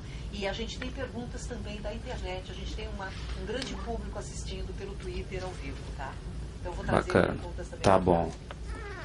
Então começamos por... Você. Boa noite, meu nome é Marcelo e eu gostaria de saber assim a respeito do Google. O Google é uma empresa americana, imperialista e, segundo falam, não paga imposto no Brasil. Outra coisa, a China parece que fez o Taibo, não é isso? Se não me falha a memória, que é algo semelhante ao Google para dar esse tipo de informação. Por que não se faria isso no Brasil, então? Só falar uma coisa do Google, aquilo que foi colocado aqui do BV, o bônus de veiculação, que sempre foi a principal arma aí das redes em geral, da Globo principalmente, para montar esse cartel da publicidade, que é um crime de direito econômico, né? Agora que eles pegam os profissionais que têm um baita fôlego, aí o Google está arrasando com o BV, dando muito mais devolução aí para as agências, né? A questão você tem o Google e o Facebook. A discussão do Facebook é o seguinte: por que, digamos que eu queira montar uma rede social brasileira aqui, qual o maior empecilho que eu vou ter para montar a rede social brasileira? É que o Google já tem audiência. Então as pessoas vão onde elas sabem que vão encontrar outras pessoas. Isso aí é uma barreira de entrada. Isso aí é um novo cartel, não é? É um cartel. É um cartel. A solução, eu andei escrevendo sobre isso há algum tempo, a solução seria a portabilidade. Por exemplo, quando você tem hoje aí os sistemas operacionais, a própria lei da transparência aí, ela obriga que tudo seja feito numa mesma linguagem que possa ser compartilhado. Então o que vai acontecer mais adiante, sempre demora muito, porque a parte jurídica sempre é mais lenta. Você vê quanto tempo que levaram para enquadrar a Microsoft por prática monopolista, né? Então, para a rede social, o caminho seria a portabilidade, ou seja, o Facebook, o Facebook hoje, por exemplo, ele permite que eu jogue conteúdo meu no Facebook, mas não permite que saia conteúdo do Facebook para mim. Então tem que ter uma regra permitindo a rua de 2 mãos. Quem quiser disputar, disputa com as ferramentas. Eu disputo o mesmo público, a mesma conversa, quem tiver a ferramenta melhor. Então esse é um ponto, né? No caso do Google aí, tem essas barreiras de entrada que o Paulo já mencionou. Agora você tem as regras de uso de banco de dados aí que tem que ser bem trabalhadas. Sabe? Esse negócio da espionagem norte-americana, já há 5 anos, 6 anos, que no tempo do Bush você já tinha todo isso aí já mapeado e denunciado lá fora. Né? Eu não sei se o fato de ter o banco de dados no Brasil pode ajudar um pouco. Né? Agora é complicado pelo seguinte, não é uma tarefa fácil até se descobrir a medida certa aí, porque se de um lado ele tem todo esse poder, de outro ele abre um mundo de informação e de possibilidades para o conhecimento que é enorme, né? Então você vai ter que discutir muito até encontrar um meio termo que impeça esse predomínio massacrante dele aí, mas sem perder as qualidades dele aí. Né? Algo a acrescentar, Paulo Henrique? Só para confirmar, o Google não paga imposto de renda aqui. A ideia de fazer com que as informações do Google fiquem aqui e não lá nos Estados Unidos, que estava no projeto do Marco Civil da Internet, já saiu do Marco Civil, vai ser negociada depois. Também a questão dos direitos autorais, que era uma pretensão da Globo, o Molon tirou da discussão do Marco Civil. O Marco Civil agora basicamente vai discutir a questão da neutralidade da rede e a batalha aí entre os que defendem a neutralidade da rede e as companhias telefônicas, que têm como seu principal instrumento de ação parlamentar o Eduardo Cunha. Essa aqui é a questão. Alguém? Acho que algumas pessoas tinham levantado a mão, mas eu não estou conseguindo controlar daqui. Fica com elas. Ah, sim, ali.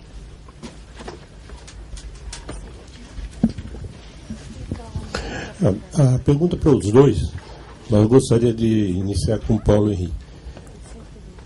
Porque você falou a respeito da coisa da verba de publicidade. Então nós temos, até onde eu sei, aliás, ontem eu participei de uma conversa e perguntei isso também para pessoas ligadas à comunicação. Até onde eu sei, não existe lei federal, estadual, municipal, que seja, que determine, vamos começar pela esfera federal, determine que o governo invista 90%, 80% da sua verba de publicidade. Você falou da Globo, que todos sabemos, enfim. Não existe. Não existe. Não existe uma lei. E aí a pergunta é, nós todos sabemos, não, poucos de nós sabemos, mas enfim, não é toda a população que tem esse conhecimento. Se tivesse, talvez a coisa fosse diferente. Por que, então, o governo federal continua colocando toda a sua verba, 80%, 90% da verba de publicidade, na Globo, no Estadão, na Folha, na Veja? Isso também aqui. Hoje, aqui em São Paulo, nós temos um governo PT. Governo PT que, durante a campanha, falava isso. Denunciava isso, dizia, olha, tal, ao PIG e tal, usando a sua criação. A gente ouviu isso o tempo todo. E continua ouvindo. Olha, o dinheiro... Existe lei? Não existe lei. Por que um governo popular, um governo de esquerda, um governo que tem essa consciência, continua colocando... O Haddad coloca 90% ou mais, não sei, de publicidade, da verba de publicidade. E a gente fica perguntando, por quê, então? Porque eles vão continuar a manipular à medida em que tiverem o dinheiro, né? Pelo menos o dinheiro público. A expressão PIG não é de minha autoria, é do deputado Fernando Ferro, do PT de Pernambuco, que criou essa expressão para designar um comentário do Ali Campbell, feito no jornal o Globo, e ele cunhou a expressão partido da imprensa golpista, e eu me apropriei dela e de vez em quando eu dou crédito ao deputado Fernando Ferro. Mas o fato é o seguinte, o governo continua a fazer publicidade no PIG, especialmente da Globo, porque o governo do PT tem medo da Globo. Só isso. Perguntei isso para um dirigente do PT. É medo? É rabo preso? Não. Olha, imagine que não fosse um governo de esquerda. Ou por quê? Porque eles têm a grande audiência. O que eu vivo... Não, tem audiência também, mas essa audiência é qualificada. A Globo... Olha, o Roberto Requião foi eleito governador do Paraná, e um dos primeiros atos dele foi suspender toda a publicidade do Estado. E pegou todo o dinheiro da publicidade e botou na Secretaria de Educação. E se reelegeu. Não é uma questão de ter ou não ter vitamina política. A Cristina Kirchner enfrentou a Globo. É bem verdade que a Cristina Kirchner conseguiu fazer o que ela fez com alguns elementos que não existem no Brasil. Por exemplo, a concepção da lei de médios na Argentina é resultado de um esforço muito grande feito na academia argentina. As universidades, algumas faculdades, alguns intelectuais se reuniram e produziram isso. Mas aqui também tem o FNDC, que fez um projeto depois do Franklin, que é um projeto muito moderno, é um projeto muito competente, até onde a minha vista alcança. E além disso, a Cristina contou com o apoio do povo. Falta o povo aqui no Brasil. O povo foi para a porta da Casa Rosada, o povo foi para a porta do Parlamento, os sindicatos se mobilizaram, né? Eu tenho conversado isso, inclusive, de forma pública. Eu tenho dito a líderes sindicais, e até recentemente falei na TVT, a televisão dos trabalhadores, ligada à CUT, que o maior interessado numa lei de meios no Brasil devia ser o trabalhador. Porque ninguém sofre mais nas mãos do PIG do que o trabalhador. E a CUT não vai para a porta da Globo. Lá, o Partido Peronista foi para a porta da Globo. Você saberia explicar por que essa diferença entre Argentina e Brasil, por exemplo? Bom, aí eu convido vocês a assistir o filme Juan e Evita, que é a história do romance do Juan Domingo Perón com a Evita Perón, e vocês vão ter um pouco da resposta a essa pergunta. Vocês vão ver como é que o Perón voltou ao poder com a Praça de Mayo completamente tomada. Aqui é uma democracia sem povo, dizia o professor Raimundo Fauro. E só numa democracia sem povo é possível, num país de 200 milhões de habitantes, ter uma lei de radiodifusão promulgada no ano de 1963 que regula as atividades dessa indústria até hoje. Esse momento da era digital, como é que pode com 33 milhões de analfabetos? Espera só ele te entregar o microfone para ficar registrado. Eu não sei. Como pode um país, né, na era digital, com 33 milhões de analfabetos e mais de 6 mil favelas pelo país? Como é que é isso? E esses impostos altíssimos, por que a Dilma não abaixa os impostos, dando preferência que o brasileiro vai comprar lá fora, gastar 2 bilhões de dólares lá fora, né? Como é que é isso? Não, aí você tem dois problemas aí. Um problema aí da competitividade dos produtos brasileiros está ligado à questão do câmbio. E se, como nosso tema é mídia, o câmbio está ligado diretamente ao terrorismo feito pela mídia esse tempo todo. Porque a mídia, o dólar alto é custo para a mídia. Porque o papel, as compras de enlatados, tudo são pagos em dólar. Então, quando o dólar desvaloriza, você tem um custo adicional para os jornais e televisões. Por isso que nesses anos todos aí, você começa a desvalorizar o dólar, fazem um terrorismo em cima de inflação, dizem que a economia cria esse terrorismo, e tem um governo que não tem uma linha clara aí de política econômica, que pisca. O governo conseguiu uma vitória fantástica no primeiro ano aí de reduzir juros, melhorar o câmbio, tudo. Daí, primeiro soluço que dá de inflação está muito ligado aí às cotações internacionais de alimentos, começa o terrorismo, o jornal nas... Pô, você tinha uma primeira página do Estadão dizendo que as famílias estavam retomando os hábitos dos tempos de hiperinflação. A hiperinflação era 12% ao mês, aqui nós estamos falando de uma inflação de 6% ao ano. Então esse é um ponto, né? Em relação às políticas sociais, aí teve um grande avanço, né? É que não dá para eliminar tudo de uma vez, né? Mas as políticas sociais tiveram um enorme avanço aí, mas um avanço na questão da renda, com Bolsa Família. Mas quando você pega as favelas e tudo, aí você entra aquele problema político brasileiro, né? Você tem o Ministério das Cidades que começou com belas políticas aí, mas daí você tem ampliar a base de apoio, daí entrega para isso, para aquilo. Então você não tem hoje um planejamento urbano adequado, né? Mas então é complicado esse jogo aí, por conta... É aquele negócio, você tem que pegar as brechas. O Lula pegou as brechas, aí implantou políticas sociais relevantes. O preço foi dar um banco central pro Meirelles lá, e a Fazenda pro Palocci como... Então não podemos mexer com o câmbio, não podemos mexer com os juros, porque senão... É um problema muito sério, porque a soma de pressões que caem na cabeça de um governante é muito pesada. E quando você tem a mídia pegando a primeira brecha, criando esse clima, então o sujeito não quer pagar para ver. Para você mudar câmbio, você vai ter resultados daqui a um ano e meio.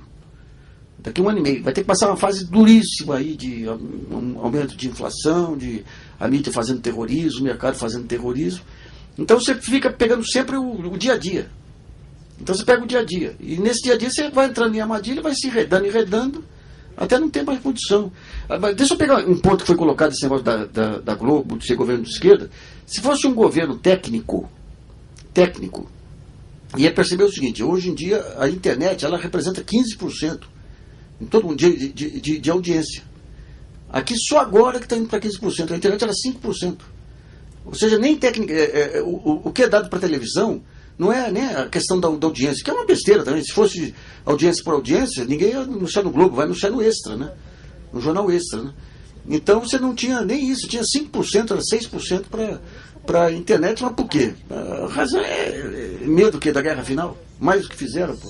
Tem um ingrediente aí para somar o teu raciocínio, que é o seguinte: a SECOM, que faz essa distribuição das verbas governamentais, ela inclui, quando ela diz que faz uma mídia técnica, entre aspas, e dá à internet o peso que a internet tem, ela inclui na internet o Google, o Yahoo e todos esses produtos que não são produtos de internet brasileira. Inclui a própria Globo também.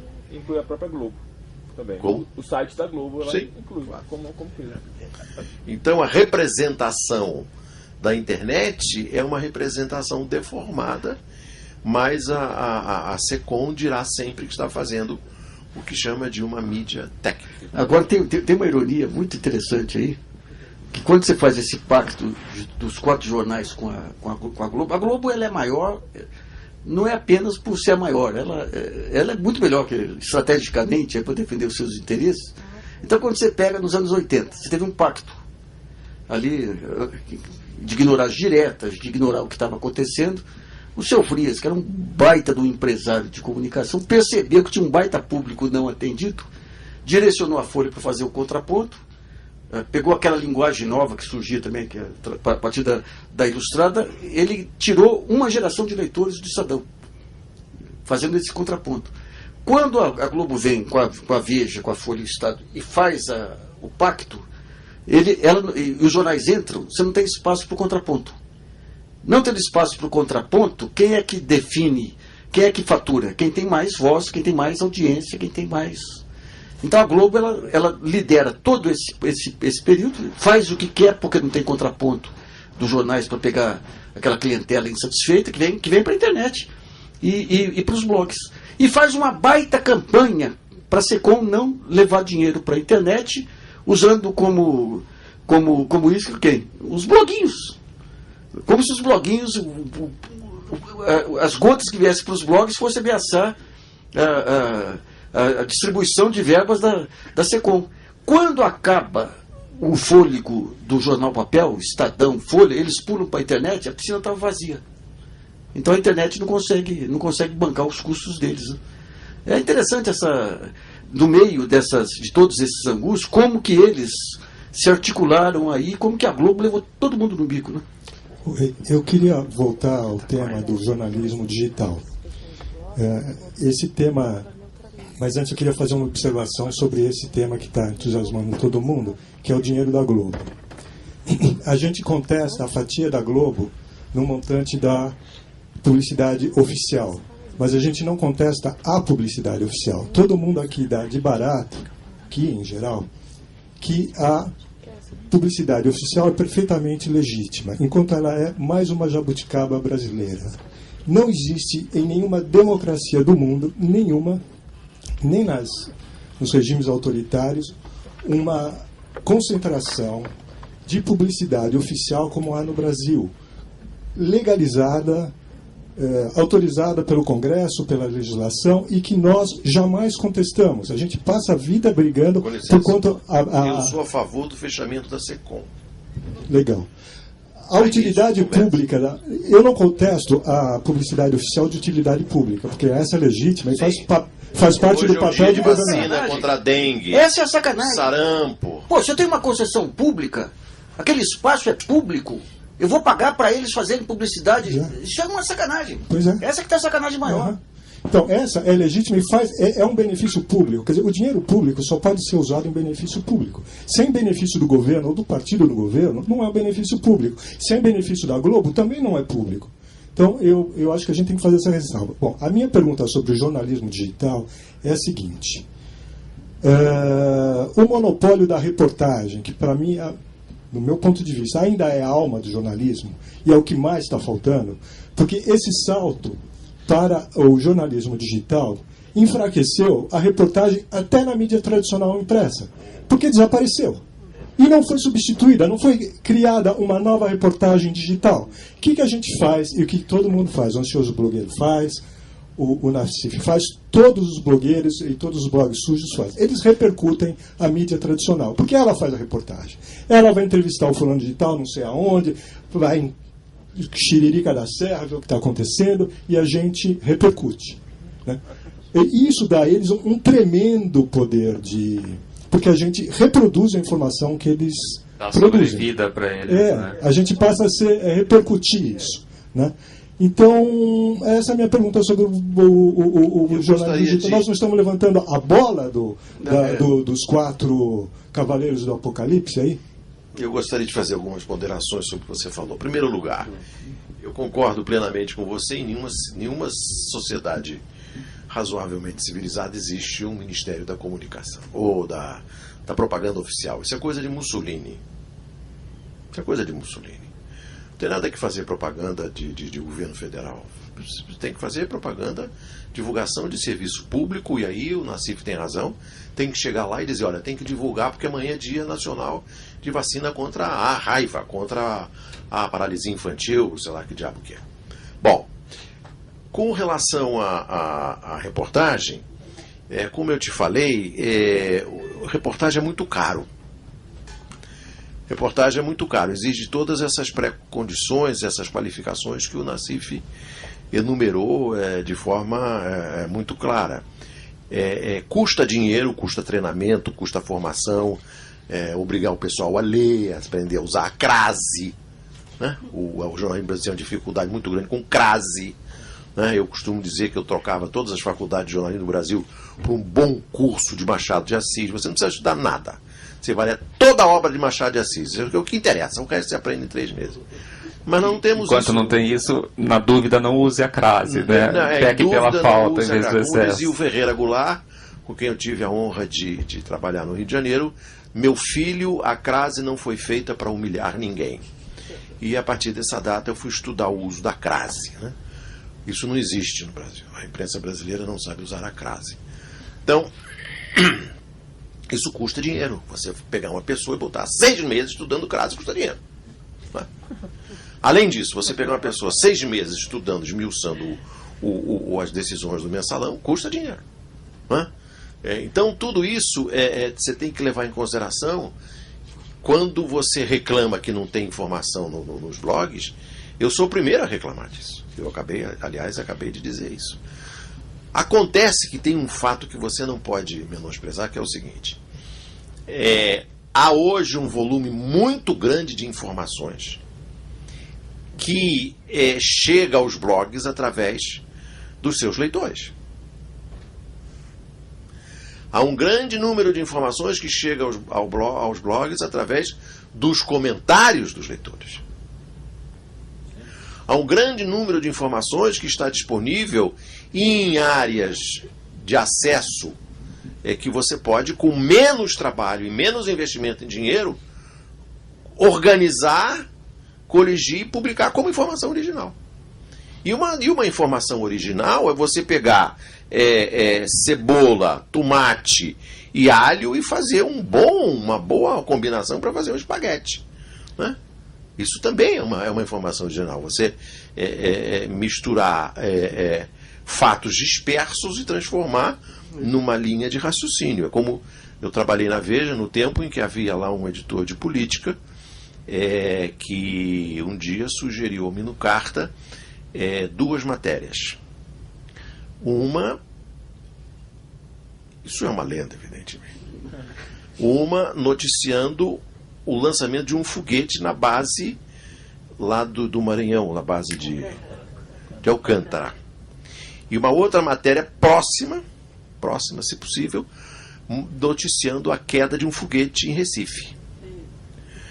Então, um bom jornalista é aquele que pega o foguete que saiu de Alcântara e estabelece um vínculo hipotético sobre um foguete que 15 minutos depois caiu em Recife. Né? Isso não é desprezível. Porque se você lê os jornais de hoje, você lê as revistas de hoje, e sobretudo se você vê os telejornais na nossa rede aberta, você verá que não é desprezível chegar um editor, um jornalista, que pegue a notícia do lançamento do foguete de Alcântara e relacione a queda do foguete em Recife. Isso também é informação.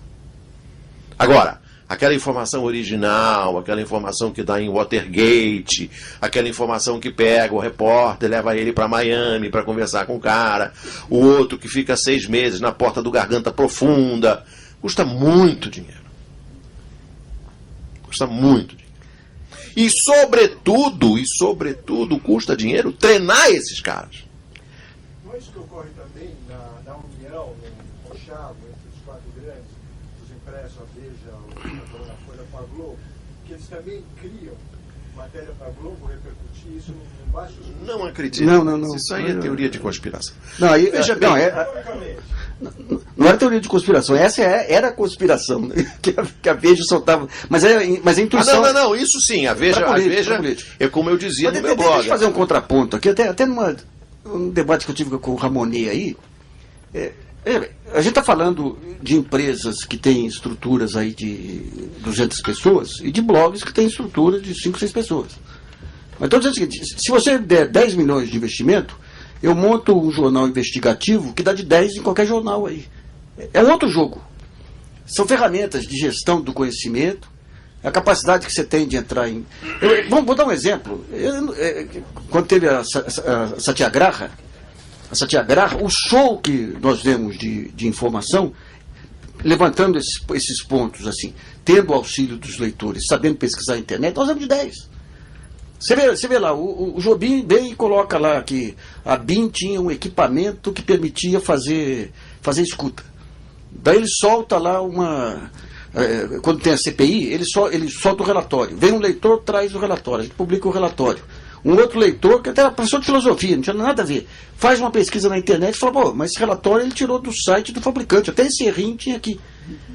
Quando o Gilmar... Não durou 24 horas essa mentira. Quando o Gilmar monta aquele factoide lá que tinha tido grampo dentro do Supremo, não é o grampo da conversa, não, o grampo dentro do Supremo. Foi o Marco Aurélio.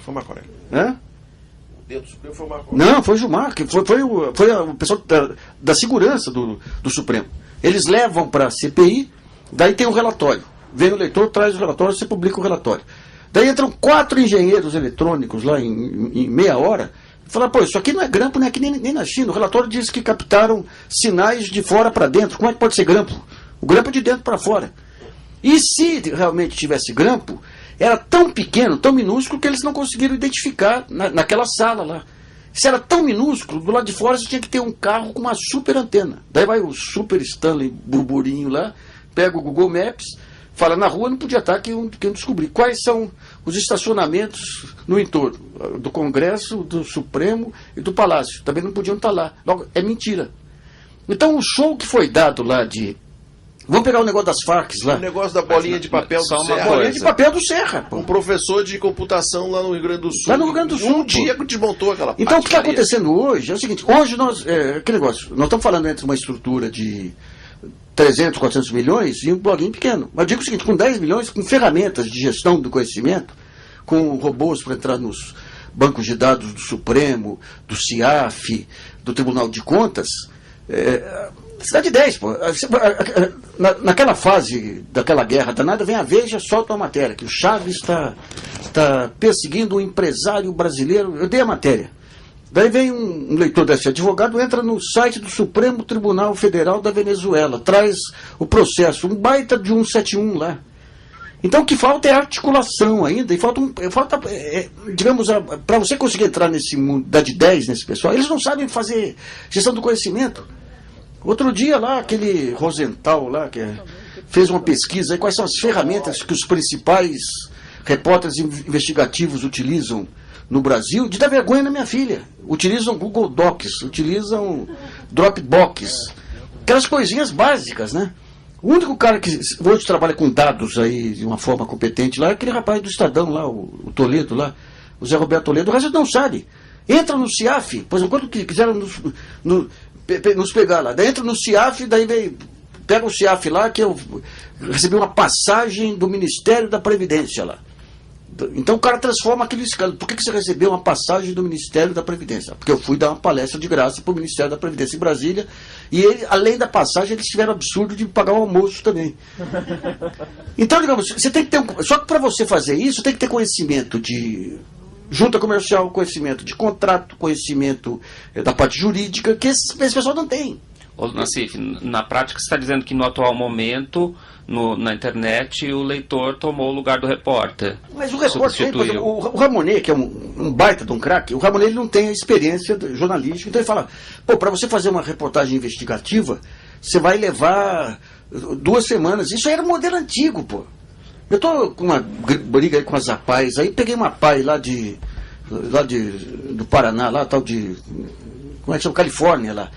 Daí fiz uma matéria longa contando as trambicagens lá. O pessoal, pô, você preparou essa matéria aí, ficou quanto tempo? Eu fiz meia hora, pô. Aí deu sorte das informações estarem disponíveis. Mas hoje, com os recursos da internet de banco de dados, um bom repórter investigativo, que ele levava um mês, ele leva um dia hoje. Então não é... O que tem que saber é dominar essas ferramentas. Tem um só quis dizer que Mas não basta você ter acesso ao banco de dados. Não, tem que saber Você tem dominar. que ir no local, tem que conversar. Não, Paulo Henrique. Uma parte só, pô. Uma parte só, pô. Não, você tem que ter o bizu, tem que ter ia a ficar bem mais legal se tivesse tem ainda quem fizesse que essa ter o parte. delator. Mas você pode continuar fazendo a denúncia no estilo antigo. Mas estou falando que você tem a denúncia no estilo novo, te garante já. Sim, são as duas coisas. Uma coisa é você saber utilizar os conhecimentos já disponíveis. A outra coisa é você ter informações originais de uma pessoa que estava lá dentro e viu acontecer não sei o que lá. Isso aí é... Por exemplo, vamos dar um exemplo que todo mundo conhece, todo mundo viu o filme. O caso de Watergate, não tinha como você descobrir o Watergate entrando no CIAF. Mas você tem outras denúncias que você pode fazer que não são da mesma natureza do Watergate. O que derrubou o Nixon foi o cara que chegou lá e disse assim: siga o dinheiro. O Garganta Profunda, que se vestia com aquela capa Burberry, ia pra garagem e contava tudo. Paulo Henrique, isso aí é bom. O Watergate não é a única, mas eu gosto disso. Eu sei que você gosta da emoção do segredo, mas... Só para responder ao Pedro, não, quero dizer o seguinte, que cabem as duas possibilidades. Isso. Existe a opção de você ser um grande garimpador de informações que estão disponíveis, como existe aquele velho repórter do cinema de Hollywood dos anos 50, que vai ser procurado pela fonte por e-mail. Antes eu não tinha nem telefone.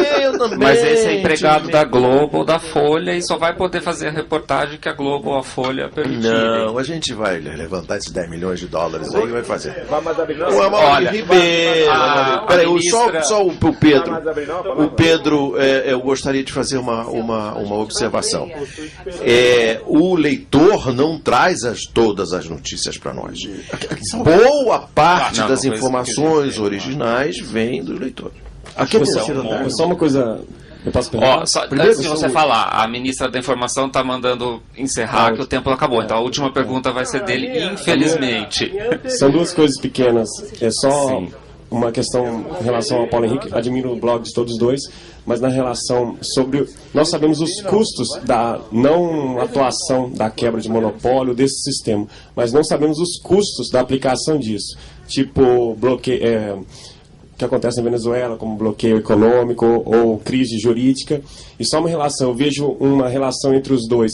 Vejo você como mais do enfrentamento por via legislativa dessa superação desse modelo, né? Criação de enfrentamento por via legislativa? Eu não tentei ainda atacar o Congresso Nacional. Não eu já fiz várias coisas na minha vida, mas isso ainda não. Eu me expliquei mal. Acabar com o monopólio por via legislativa jurídica e vejo mais o Nassif por acabar com o monopólio por tempo ou por novas tecnologias que criariam um modelo eu não abro mão da via legislativa. Agora só um segundo, só para terminar isso. Em relação, eu vivi 9 anos sobre o regime berlusconiano, então acho que as coisas aqui ainda podem piorar muito. Muito. Então lá eles chamam de máquina del fango, né? Que seria o sistema de atacar muitas vezes a vida pessoal das pessoas. Coisas muito você está piores à frente de 2 jornalistas que são perseguidos judicialmente. Campeões de ataque. Não só judicialmente, mas no sentido de máquina del fango, no sentido pessoal. Na briga da Veja, atacaram minha família, atacaram a pessoa que me atacou. Tinha medo que a gente revelasse baixarias dele lá, coisa que eu jamais faria. Então, como coisa reativa, ele resolveu me atacar com algo que ele achava que podia ser atacado, me acusou de estar frequentando sauna gay, que é uma piada para adulto, mas quando você tem filha pequena que vai para a escola, você não sabe o que vem na volta, né? Tudo isso não era da blogosfera, não era o Orkut, era no portal da Veja. Mas em relação a isso da questão econômica, no caso de enfrentamento, o que pode acontecer? Os empresários com boicote econômico, com questão que a gente viu que aconteceu no Mensalão, questão jurídica de quebra de instituições para evitar que isso aconteça, que é o que acontece na Itália. O Berlusconi, depois da manhã, ele vai ter uma votação se vai perder o mandato de senador ou não. E eu vejo lá como o Brasil atrasado alguns anos em algumas crises ou manipulações que já acontecem lá há 10 anos e que estão acontecendo agora aqui. Não, aqui a gente está no fim do ciclo agora.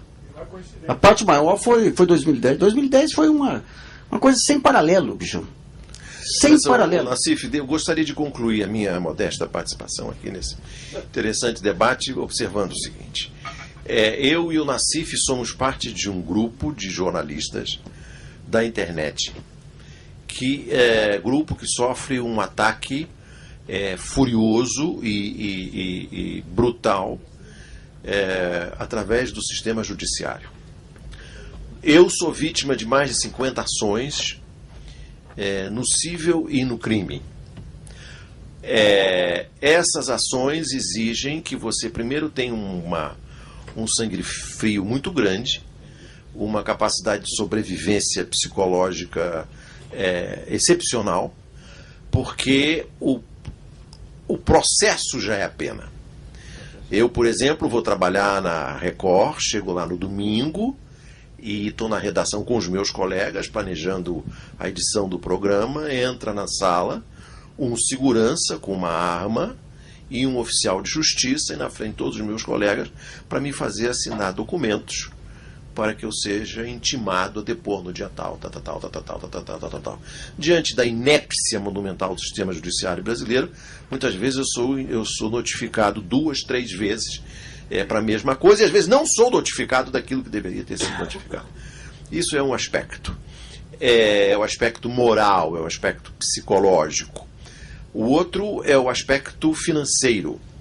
Para cada ação dessa, você tem que gastar X reais para que o advogado trabalhe para você. Isso custa dinheiro. Uma parte significativa da minha renda como jornalista e outras atividades que eu tenho na minha empresa é dedicada exclusivamente a pagar advogado. Se eu não tivesse a capacidade de gerar a renda que eu tenho, eu teria me calado, poderia estar preso e poderia perfeitamente ter fugido para Portugal, já que eu não sou italiano, eu ia para Portugal, porque eu sou neto português, e até lá eu ia inventar um jeito de ser português. Bom, e a outra coisa é a tentativa de te calar, primeiro pelo constrangimento psicológico, depois o constrangimento financeiro, e depois te calar na justiça. Utilizar a justiça para tirar a informação do ar, impedir que você publique certas coisas, te atemorizar, não deixar de você tocar em certos nomes, em certas pessoas. E tem agora um sistema de notificação judicial em que as pessoas te notificam, vão ao teu local de trabalho e te notificam judicialmente como medida preventiva para impedir que prescreva uma ação que ela vai mover contra você daqui a 10 anos. Eu estou sendo vítima disso. Então isso é um fato gravíssimo. Eu sei do meu caso. Sei mais ou menos do caso do Nassif.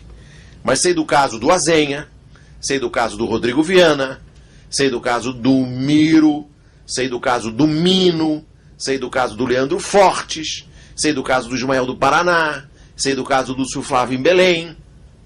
E um conjunto de blogueiros sujos que tem a obrigação de se virar para conseguir dinheiro para pagar advogado para continuar exercendo a sua atividade.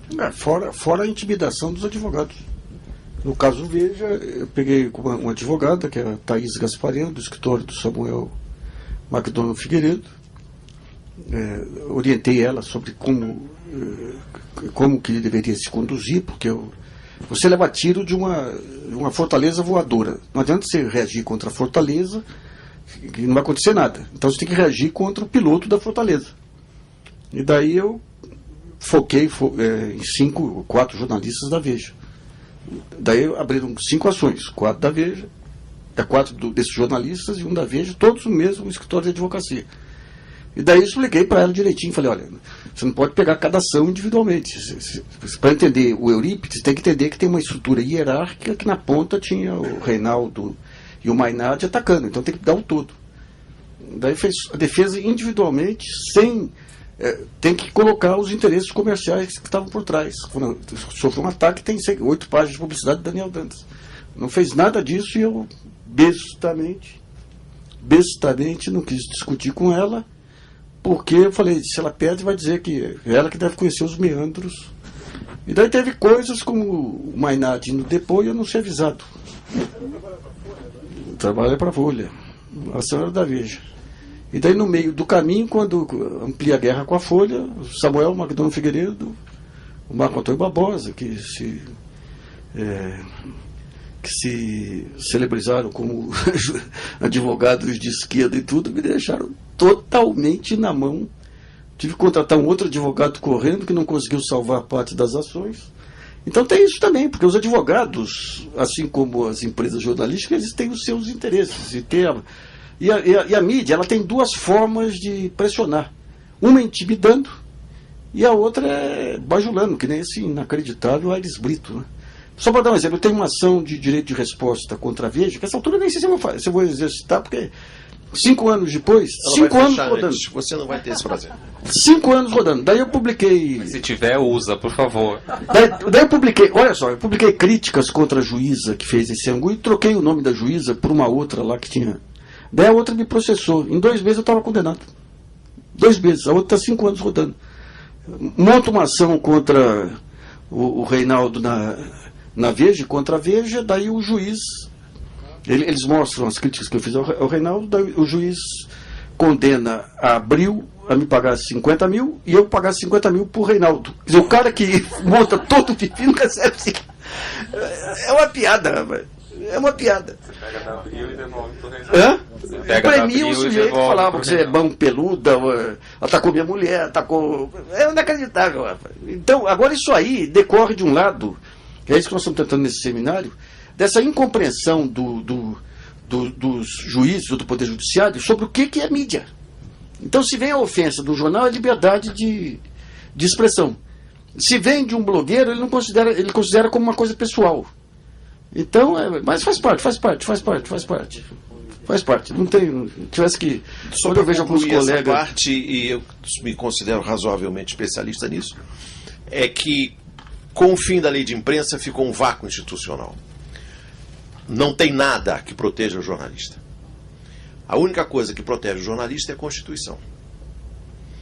Só que para você chegar à Constituição, ou seja, para você chegar ao Supremo, você tem que vencer todas as etapas anteriores, todas as instâncias judiciais, para conseguir levar a sua ação até o Supremo. E o desafio é você ter dinheiro para subir todos os degraus. E é nisso que os patifes confiam. Canalha. Conclusão é que esses 2 caras são loucos de pedra e que bom que eles existem. Continuem assim, rapazes, por favor. A gente vai encerrar. A gente reivindica a Bia que o próximo debate dure 5 horas em vez de 2. E eu nem vou falar do próximo. Quer que eu fale? Falo. O terceiro debate vai acontecer no dia 31 de março. O tema é o futuro da rede, liberdade de expressão versus vigilância. Vai ser com os jornalistas Bob Fernandes e Natália Viana. Vocês estão convidados para voltar em março. Obrigado para vocês e para todo mundo.